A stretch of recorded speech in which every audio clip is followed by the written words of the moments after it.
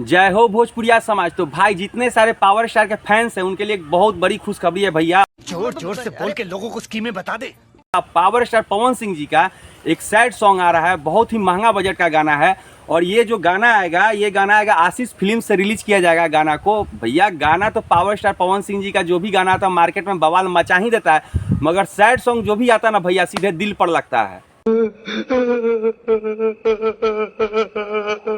बड़े भाई अब सैड सॉन्ग आ रहा है पावर स्टार पवन सिंह जी का, तो भैया हम सोच यही रहे हैं ना कि पावर स्टार पवन सिंह जी का ये वाला गाना का पार्ट 2 आ जाए, कैसे हो जाला प्यार अखिया के लड़ते लड़ते।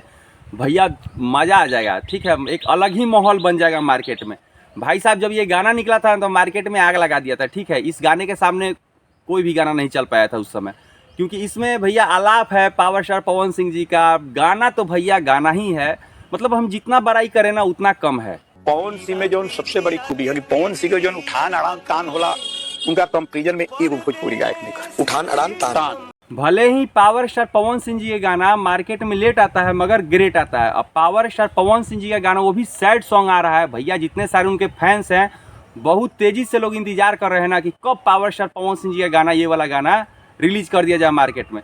मगर भैया थोड़ा धैर्य रखिए, ठीक है, गाना तो आएगा ही, एकदम बवाल भी मचा देना है। तो भाई फिर मिलते हैं, एक नया ब्लॉग से मिलते हैं, नए वीडियो मिलते हैं।